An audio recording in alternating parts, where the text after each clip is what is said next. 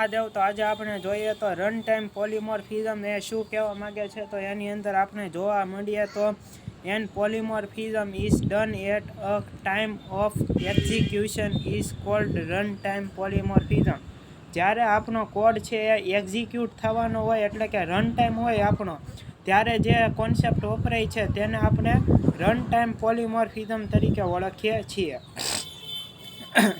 Method overloading, overriding for virtual function are the best examples of runtime polymorphism.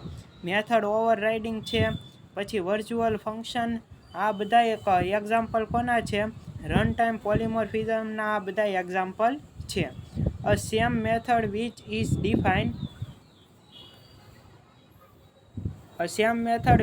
Defined parent class as well as child class. Parent class હોય છે અને એક child class, એવા બે class વડે આપણે represent કરી શકીએ છીએ.